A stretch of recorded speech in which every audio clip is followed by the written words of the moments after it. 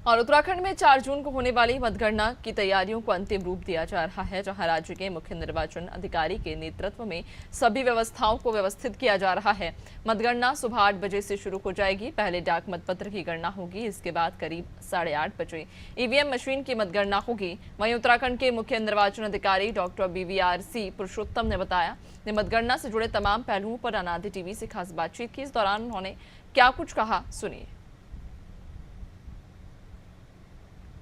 उनको होने वाली मतगणना की तैयारियों का क्या है स्वरूप, बातचीत करने के लिए हमारे साथ मौजूद है उत्तराखंड के राज्य के मुख्य निर्वाचन अधिकारी डॉक्टर BVRC पुरुषोत्तम जी। सर, आपसे जानना चाहेंगे किस तरह से आप लोग तैयारी कर रहे हैं मतगणना कराने के लिए। 4 जून जैसा आपने बता दिया है, मतगणना उत्तराखंड में होने वाला है, पूरा देश में भी होने वाला है।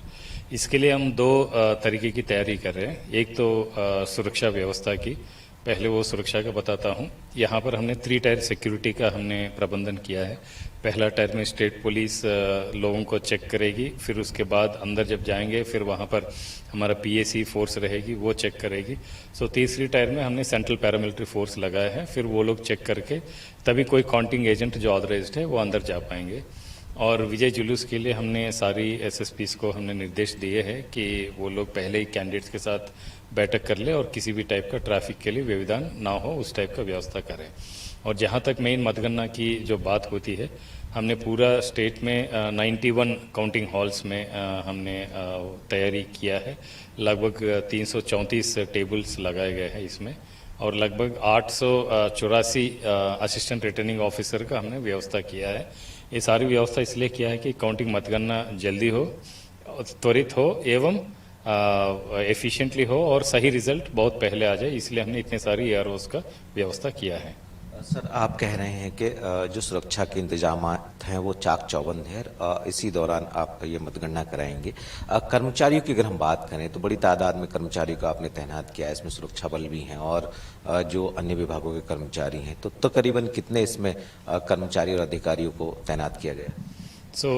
जैसे मैंने पहले बताया, असिस्टेंट रिटर्निंग ऑफिसर हमारा मेन होता है, ये लगभग 884 लोग हैं। फिर उसके बाद माइक्रो ऑब्जर्वर्स है, काउंटिंग असिस्टेंट्स है, काउंटिंग सुपरवाइजर है और पुलिस फोर्स है। ये सब मिलके लगभग हम लोग 6000 लोग इस चुनाव में लगेंगे। काउंटिंग का लोग लगभग 4000 काउंटिंग का स्टाफ रहेंगे और 2000 सुरक्षा की, सब मिलकर लगभग 6000 लोग इसमें प्रतिभाग करेंगे। सर, क्या पांचों की पांचों संसदीय क्षेत्रों में जो है वो एक ही जो टेबल हैं उनके राउंड तय किए गए या अलग अलग राउंड में हम काउंटिंग करने वाले हैं? कितने राउंड होंगे? पूरा स्टेट में हमने जो एवरेज जो है, काउंटिंग तो हर जनपद में होगी और रिजल्ट डिक्लेरेशन रिटर्निंग ऑफिसर की वहाँ से रिजल्ट डिक्लेयर होगी 5 जनपदों से।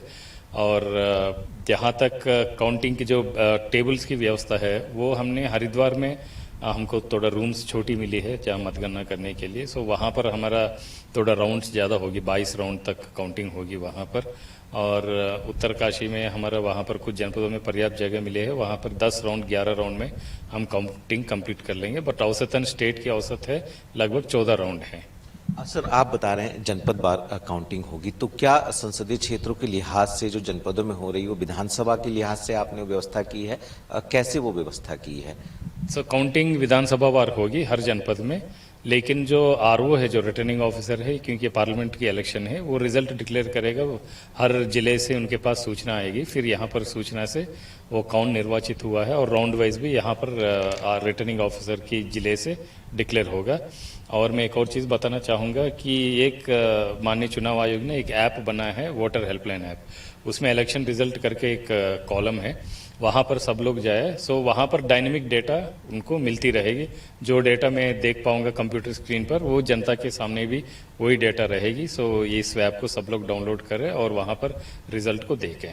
सर, कितने बजे मतगणना शुरू हो जाएगी और तकरीबन हम क्या उम्मीद करें कितने बजे तक जो रिजल्ट्स हैं वो घोषित हो जाएंगे?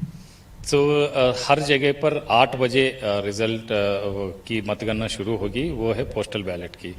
और 8:30 बजे EVM की गिनती शुरू हो जाएगी। EVM की परिणाम लगभग 1-2 बजे तक ऑलमोस्ट आ जाएगी। आप लोगों की रिजल्ट 1-2 बजे तक ऑलमोस्ट आ जाएगी। ये थोड़ा हरिद्वार जनपद में थोड़ा सा डिले होगा क्योंकि वहाँ पर राउंड्स ज़्यादा है। और पोस्टल बैलेट भी साथ साथ चलती रहेगी। सो 4 बजे तक हम उम्मीद है कि 3 कॉन्स्टिट्यूंसीज में 4 बजे तक रिजल्ट हम डिक्लेयर कर देंगे। 2 कॉन्स्टिट्यूंसीज हरिद्वार और पौड़ी में थोड़ा विलंब हो सकती है, 5-6 बजे तक जा सकती है। बस अंत में चलते एक सवाल और आपसे जानना चाहेंगे। आपने बताया सुरक्षा की व्यवस्था कैसे आपने चौक चौबंद की है, अधिकारी को कैसे तैनात किया गया है और यहाँ तक कि एक आम इंसान ऑनलाइन कैसे अपडेट ले सकता है। क्या आप लोगों ने निर्वाचन के राज्य के मुख्य अधिकारी के तौर पर आप लोगों ने कोई कंट्रोल रूम या इस तरह की कोई व्यवस्था की है जिसके माध्यम से आप लोग ऑफलाइन भी अपडेट दे सकते हो? सो मैं ये बताना चाहूँगा, मीडिया सेंटर्स हर जगह पर बनी हैं। हम भी एक कंट्रोल रूम बनाएंगे। जैसे मैंने आपको बताया, पहले एक व्यवस्था होता था कि ऑफलाइन भी रिजल्ट आता था, हम डिक्लेयर करते थे। अब वो सिस्टम सब खत्म हो गया। माननीय निर्वाचन आयोग की जो ऑनलाइन एनकोर सिस्टम है, वो जैसे मैंने आपको पहले बताया है, जो मेरे सामने जो रिजल्ट है वो आम आदमी के सामने भी वही रिजल्ट है। सो ये बहुत अच्छा सॉफ्टवेयर है, काफ़ी सहूलियत इस वजह से हमको हो गया, क्योंकि जैसे रिटर्निंग ऑफिसर अपडेट करेगा वो सबको दिखना शुरू हो जाएगा। सो हम कंट्रोल रूम फिर भी बनाएंगे। किसी भी डाउट का कोई भी डाउट किसी जगह पर आएगा तो वो दूर करने के लिए कंट्रोल रूम बनी रहेगी। सर एक सवाल और हम आपसे जानना चाहेंगे चलते चलते, ये जो पॉलिटिकल पार्टीज हैं, इनके जो प्रतिनिधि हैं या जो कैंडिडेट्स हैं, उनके जहां पर मतगणना होगी उनकी एंट्री और एग्जिट और वहां पर माहौल शांतिपूर्ण ढंग से बना रहे, इसको लेकर के आप लोगों ने क्या प्लानिंग की है? माननीय निर्वाचन आयोग द्वारा काफ़ी क्लियर इंस्ट्रक्शंस है कि मतगणना की सेंटर में कौन जा सकता है, कौन नहीं जा सकता है। जैसा माननीय मंत्रीगण है और कोई सरकारी एम्प्लॉय है जो चुनाव से ड्यूटी में नहीं लगी है, सो ये लोग वहाँ पर नहीं जा सकते हैं काउंटिंग एजेंट्स के रूप में। सो हमने आज देहरादून की एसएसपी साहब को आज मीटिंग में हमने बताया भी है कि सारी यहाँ पर देहरादून में मंत्रीगण हैं, उनसे एक बार बात करें और जो चुनाव आयोग की माननीय चुनाव आयोग के निर्देश है वो अवगत करा दिया जाए। सो मेनली प्रॉब्लम वही आता है कि जब अनऑथराइज लोग कोई आता है तो वहीं पर थोड़ा सा तनाव की स्थिति बनती है। जब हमने पहले भी कैंडिडेट्स को सारी चीज़ ब्रीफ करेंगे, मुझे नहीं लगता है कि कोई प्रॉब्लम आएगी किसी को। बहुत बहुत शुक्रिया हमसे बातचीत करने के लिए। तो आपने सुना राज्य के मुख्य निर्वाचन अधिकारी डॉक्टर BVRC पुरुषोत्तम को, जिन्होंने बताया कि किस तरह से मतगणना की तैयारियों को अंतिम रूप दिया जा रहा है और ये प्रयास किए जा रहे हैं कि शांतिपूर्ण ढंग से मतगणना संपन्न कराई जा सके। अपने सहयोगी कैमरामैन राहुल के साथ सोनू सिंह, अनादि टीवी, देहरादून।